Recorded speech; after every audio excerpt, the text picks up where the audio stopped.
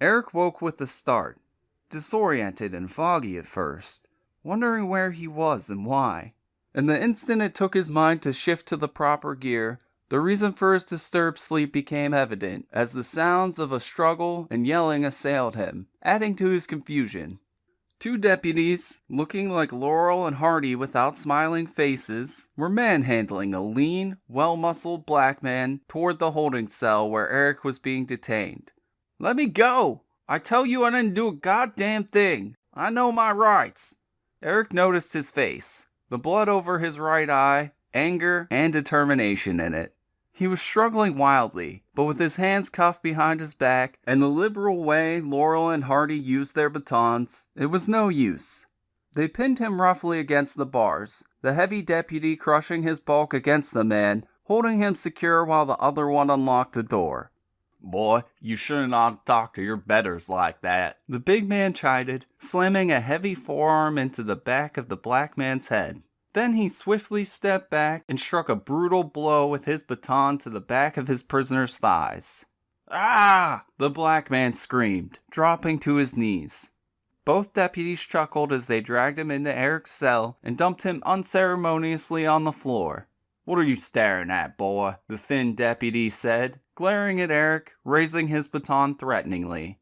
Eric flinched back unconsciously, like he was avoiding the imaginary blow. "You didn't see nothing, you hear?" the big man warned, staring at Eric as he uncuffed the battered prisoner. "If you know what's good for you," the thin one added as they left the cell, closing the door firmly behind them. They turned outside the cell, staring at the two prisoners, grinning wickedly in anticipation. "This is gonna be good," the thin one chuckled, nudging the bigger one in the ribs. "Shut up, Jarrett," the big man said as he smiled and nodded his agreement. "Motherfuckers!" The man on the floor groaned slowly, trying to raise himself. Eric looked away from the two deputies to the injured man, then back to the deputies, confused, outraged, and a little scared. "Why don't y'all get to know each other real well?" the big man said, grinning. "Yeah," the thin one leered as they turned and left. Their laughter echoed with their footsteps as they retreated down the hall. "Motherfuckers!" The man on the floor winced, trying to get to his feet. Eric looked from where the deputies had been to the injured man and quickly moved to help him. "Hey man, let me give you a hand." Eric tried to support him and help him to the bed, but his new roommate shrugged him off savagely. "Don't touch me, motherfucker. I can do it myself," he spat, glaring at Eric, the anger dancing in his eyes. Eric backed off, holding his hands up in submission. "Hey man, I'm just trying to help." "Shit," Wilton drawled, getting unsteadily to his feet. "Who are you working for, Whitey? The parole board or Sheriff R.A. Colton himself?" "What?" Eric stammered. "I don't know what..." He stopped in surprise as his new roommate grabbed him by the throat and pushed him up against the wall, lifting him onto his tiptoes. Eric choked and struggled against the man's vice-like grip, his eyes growing wide at the intense anger in the man's face as he brought it to within an inch of Eric's. "Motherfucker, don't be playing me for no fool. This black man wasn't born yesterday. Y'all think I'm gonna fall for the oldest trick in the book? You gonna narc on me, bitch, huh? Well, y'all's gonna be disappointed, cause I didn't fucking do nothing. Y'all understand? And that's the truth, whether you're wearing a wire or y'all just got the room bugged. Hell, you're gonna have the whole goddamn microphone up your lily white ass for all I know, but I didn't do nothing, you hear?" Abruptly, he let Eric go and slowly paced the small cell. Eric moved back and sat on his bunk, rubbing his throat, trying to get his breathing back to normal. "Motherfucker arrested me 'cause I'm black and I'm handy. Oh well, we don't know who did it, so let's blame the black man. It's gotta be the blackie that did it. Ain't that right?" He turned his gaze over to Eric and arched his brow. "Well, Mr. Stool Pigeon, knock, motherfucker, I didn't do it, you hear?" He grabbed the bars and shook them violently, hollering, "I didn't do nothing!" Eric shook his head slowly, still massaging his throat. "Listen, man, I don't really care. I was just trying to help you up after what those assholes did to you. I got my own problems, man. I ain't interested in yours." Wilton looked up at Eric, sizing him up. "Yeah, fuck you. That's just what a knock would say, trying to get my confidence." Wilton spat, dismissing Eric and pacing like a caged animal. Man, you're paranoid, Eric pointed out, shaking his head and laying down facing the wall, turning away from his pacing cellmate. Eric closed his eyes, trying to concentrate on his own problems, and piece together what happened last night, why, and what it all had to do with Sean. He glanced over his shoulder at his cellmate, who was still pacing and muttering oaths and swearing his innocence under his breath. The guy really was pissed about being here. Well, who wouldn't be? Eric was too, but this guy was intense about being falsely accused. Eric had a gut feeling the poor bastard wasn't guilty of whatever crime he had supposedly done. Oh well, he thought. Like I said, I got my own problems. Eric closed his eyes, trying to will his fractured memory to fall into place, and again dozed off. A hand on his shoulder firmly shook Eric awake sometime later. Eric snapped his head up and looked over his shoulder quickly. The figure of his cellmate loomed over him. Hey man, sorry about being an uptight asshole earlier. Name's Wilton Calhoun, he said calmly, extending a large hand. Eric sat up, shaking away the rest of his sleepiness. Yeah, it's okay. My name's Eric, he responded, taking the offered hand. They shook, Wilton smiling sheepishly. Yeah, like I said, sorry man. You got a light? Wilton asked, seemingly to pull a cigarette out of thin air. It's cool. I've been an asshole a time or two myself. And no, I don't smoke. Eric answered, showing empty palms and shrugging. Wilton stuck it in his mouth anyway and shrugged. That's okay. It's getting harder and harder to find anybody with a light anymore. All that no smoking shit must be working. Wilton intoned in disgust. I hear they're talking about banning smoking altogether up in Ohio where I live. At least in public buildings, anyway, Eric responded, falling into conversation now that his cellmate had calmed down. No shit, man, Wilton said, shaking his head sadly. What's the world coming to? Damn, no smoking? Next they'll try and ban fucking shit. Eric chuckled. I've heard talk of that too up where I live. With AIDS getting so big and all. Damn, must be a bunch of uptight motherfuckers up north, man. That they are, my man, that they are. Hey, Wilton, is it alright if I call you that? Shit, man, that's my name, Wilton said, hopping up to the top bunk and lying back, lacing his fingers together behind his head. Well, anyway, Eric continued, for what it's worth, I don't think you did it. Did what? You know, whatever they brought you in for. I mean, you seem genuinely sincere and pissed that they rousted you.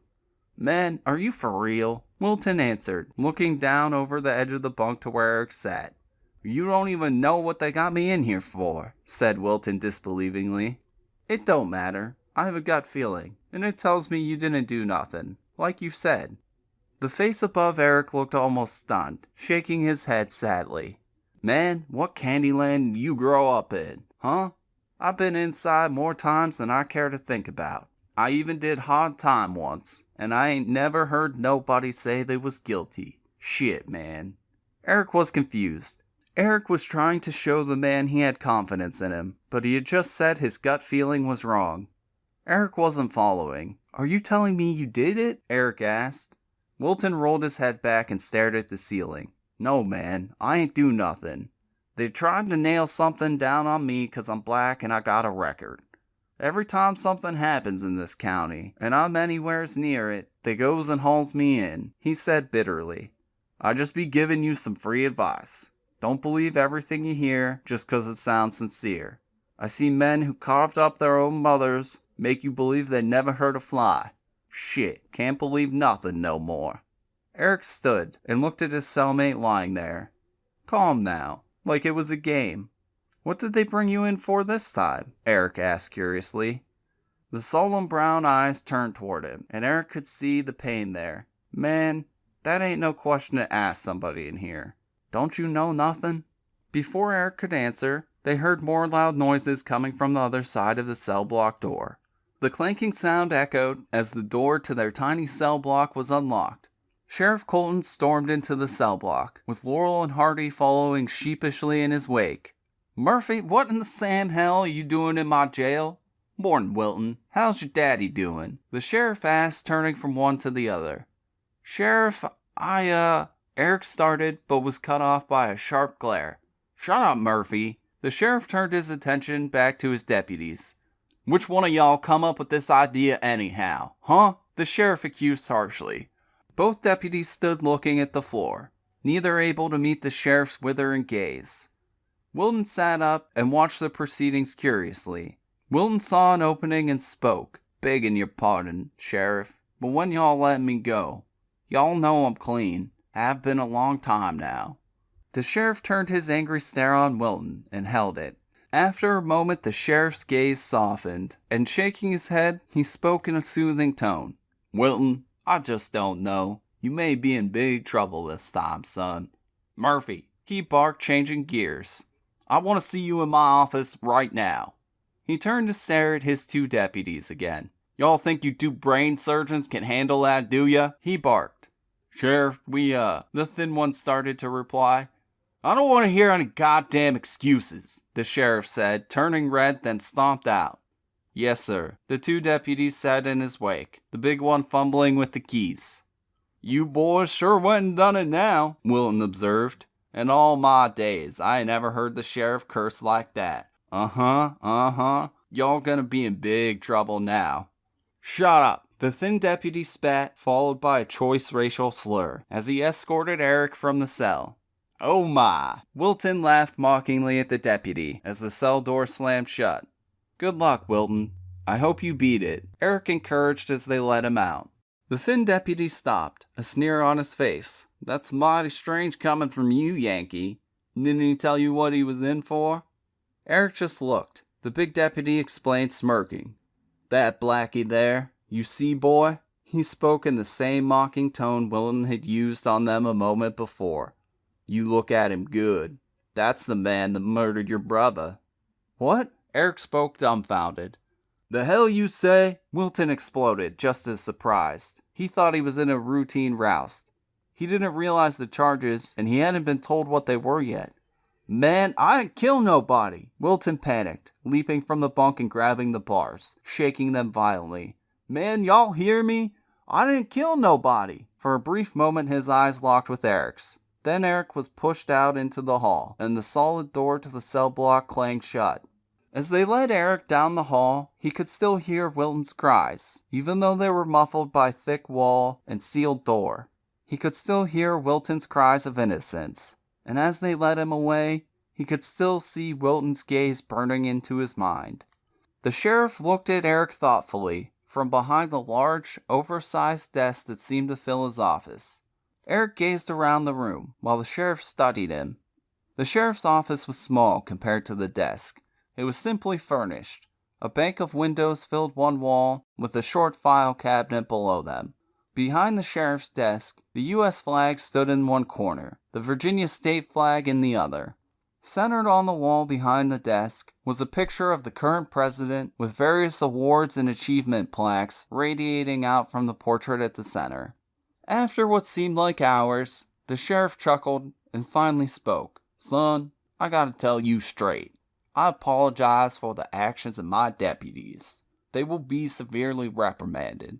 Now for you, I gotta say in all my years I've never seen anyone getting in so much trouble just stand still. Now, what can you tell me?" "Sheriff," Eric said, shaking his head and shrugging, "I don't really know." "Don't play games with me, son," Sheriff Colton said, slamming his fist down on the desk. "Something funny's going on hereabouts, and you, son, seem to be smack in the middle, and I don't like it one bit. I like my county quiet, peaceful. I don't need someone coming in stirring up trouble, you hear?" He glared at Eric intently. But Sheriff," Eric stammered, but was silenced by the sheriff holding up his hand. "Hear me out, son," Sheriff Colton soothed. "I know your brother and that poor deacon woman were brutally and gruesomely murdered. I know two large suspicious types working for, they claim the security company your brother worked for, came snooping around trying to throw their weight around my crime scene. I know the same two, or two just like them, dumped you into their trunk and drove off with you yesterday sometime after you left me. What I don't know is why, but I intend to find out. You follow me?" The sheriff demanded, looking hard, as he looked Eric in the eye. "Sheriff, honestly, I don't know anything. And I don't remember anything about last night, except fragments here and there that don't make any sense. I think I remember 2 men, or maybe 3. I'm not sure, but I'm just as lost as you are. All I know for sure was lying down after taking a shower, and waking up on the road with a headache smelling like I tied one on. Hell, I wasn't even sure I didn't until you just told me. He paused before asking a question himself. Did that man in the cell with me, is he really the one who, did he kill my brother and that lady? Wilton, the sheriff gruffed. Hell, son, I don't know. The sheriff shook his head. Wilton Calhoun's been in trouble for one thing or another since he came back from Vietnam some years ago. He's done time for assault, and he even did a stretch in state pen for manslaughter. The sheriff shrugged, then continued. I've known Wilton Calhoun all his life. His daddy's a fine man, but Wilton came back from the war a changed man, like a lot of people did. He continued to look Eric in the eye. Made him mean, you know? Then he shrugged and looked up philosophically. Ain't been worth much since. He's got a past track record, he lives just down the road a ways, and he's an angry black man. We gotta start somewhere. He's the likely choice. I can probably get a conviction on what I got. Eric's jaw dropped. Seems kinda slim, doesn't it, Sheriff? It's all circumstantial. The sheriff laughed, smiling, but his eyes remained hard. Son, a black man kills a white man down here? All I need is circumstantial. Eric got to his feet.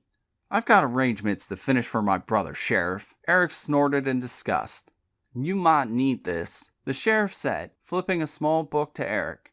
His address book, so you can get in touch with his friends and such. We got a copy of all of it, and we should be done with the house tomorrow if you want to stay there.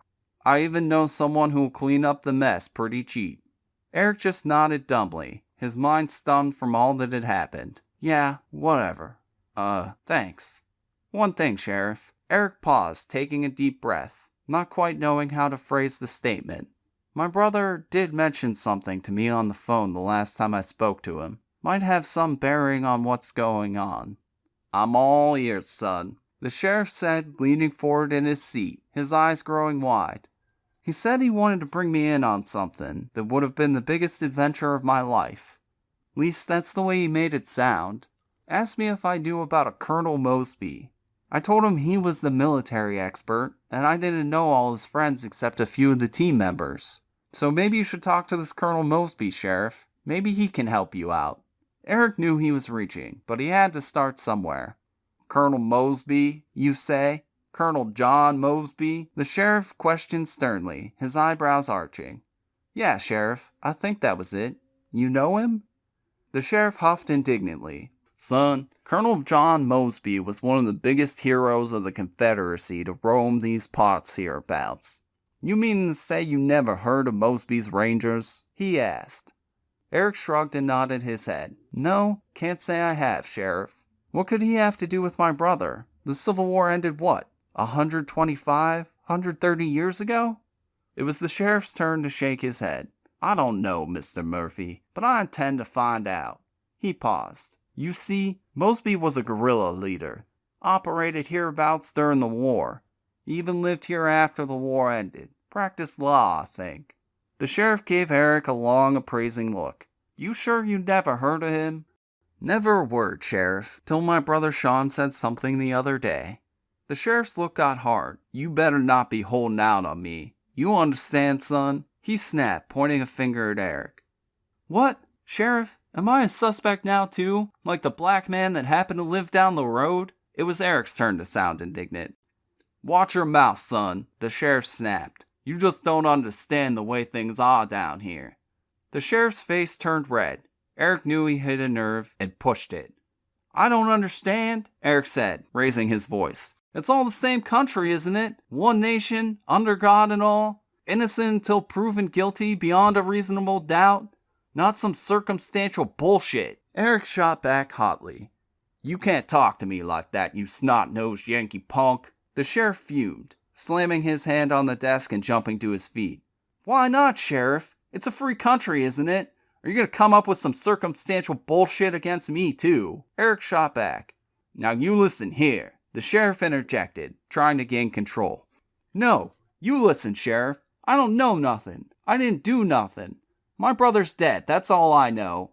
I got arrangements to make. You want to talk to me, you know where I'll be.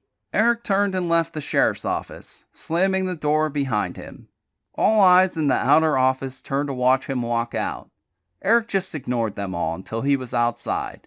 He looked around, lost for a moment. He needed a payphone and a cab.